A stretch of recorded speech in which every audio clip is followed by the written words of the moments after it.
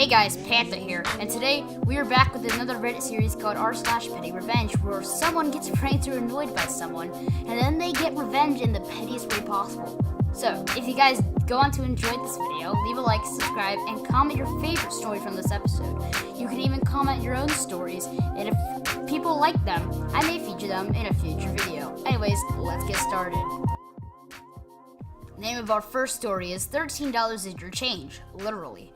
After reading another post about a cashier getting revenge, it reminded me of my own experience working retail many years ago. I was actually the cart attendant, but would back up as cashier if it got busy. One day, these two full school buses pulled up with a bunch of high schoolers. This is far from the normal, and I'm still not sure why they went out of their way to come to our store. Anyways, I get caught in because there were now 150 high schoolers waiting in line to check out and get back on the bus. I come in from outside, jump on a register, and waiting on my manager to bring over the cash bag since this was the first time we'd used the register that day. I apologize for the wait, and I hear this one dude whisper, "Oh great, we got a slow cashier." I make eye contact, and he knows I heard him, and he just smirks.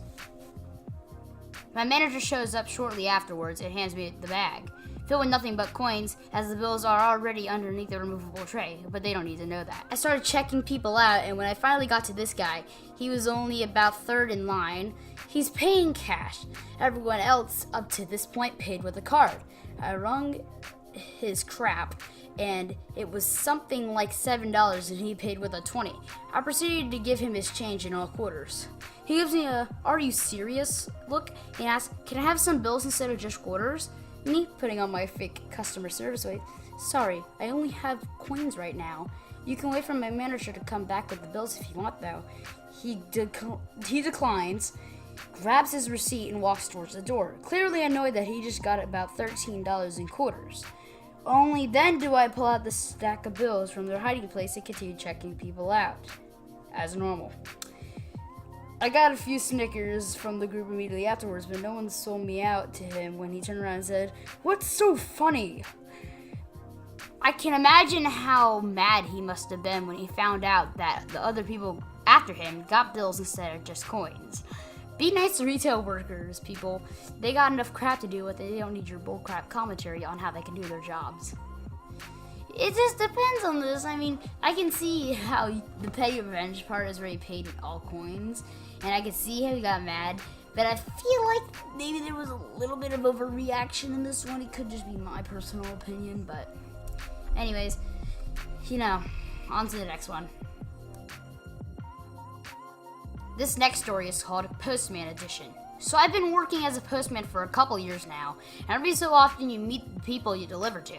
Right now I have a rather large district with around 1,000 households, a lot of apartment buildings and such. It usually takes me around 6 hours to finish my route.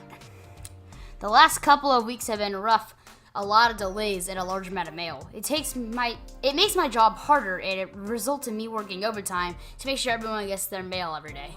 So last Monday, I had an insane amount of mail and heavy ad magazines that were to be delivered. It took way longer than the average sort of mail and pack it in order for me to take it out. I was around 3 hours late on my route. I arrived at this one apartment building where a couple who complained about their mail being late during my first week on the district. It takes longer as a rookie. This happened back in September. I go in and start putting the mail through the door slots, and as soon as I give that couple their mail,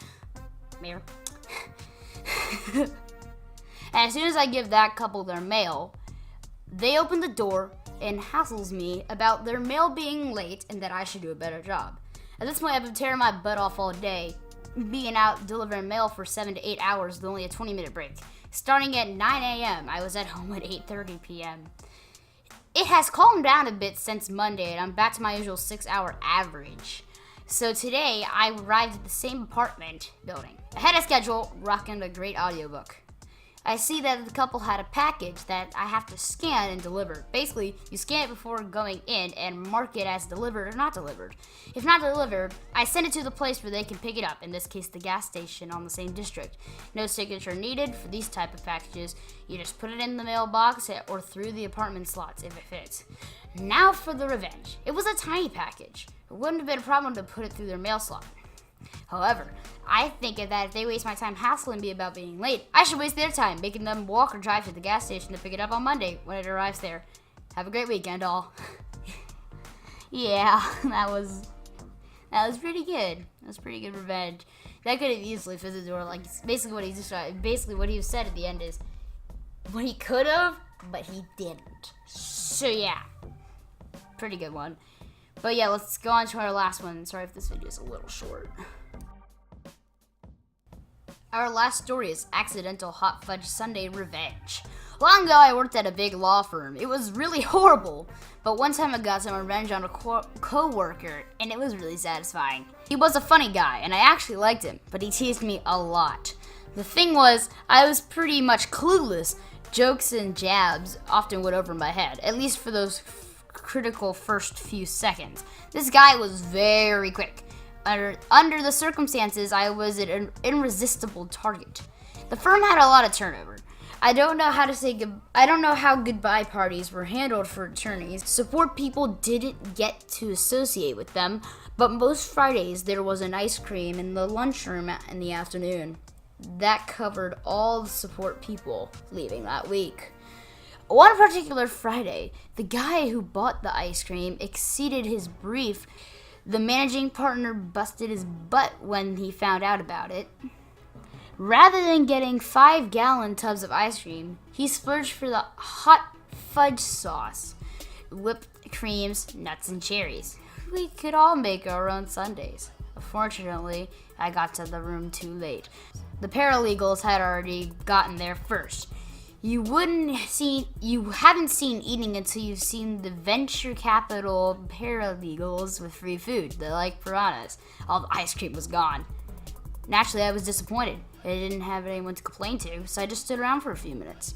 There was plenty of everything else. The hot fudge sounded amazing, but with that ice cream, what was the point? For no particular reason, I picked up a bowl, got a bunch of tissues, crumpled them up, and put them in a bowl.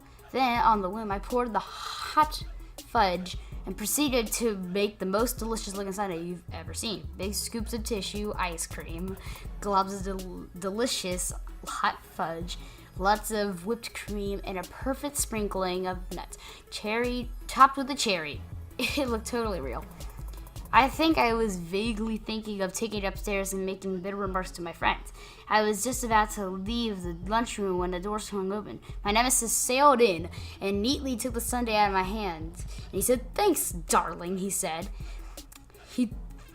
I think it was sheer surprise that he kept me from saying anything. I kept walking out the door. I hadn't quite made it to the elevators when I heard a strange old scream.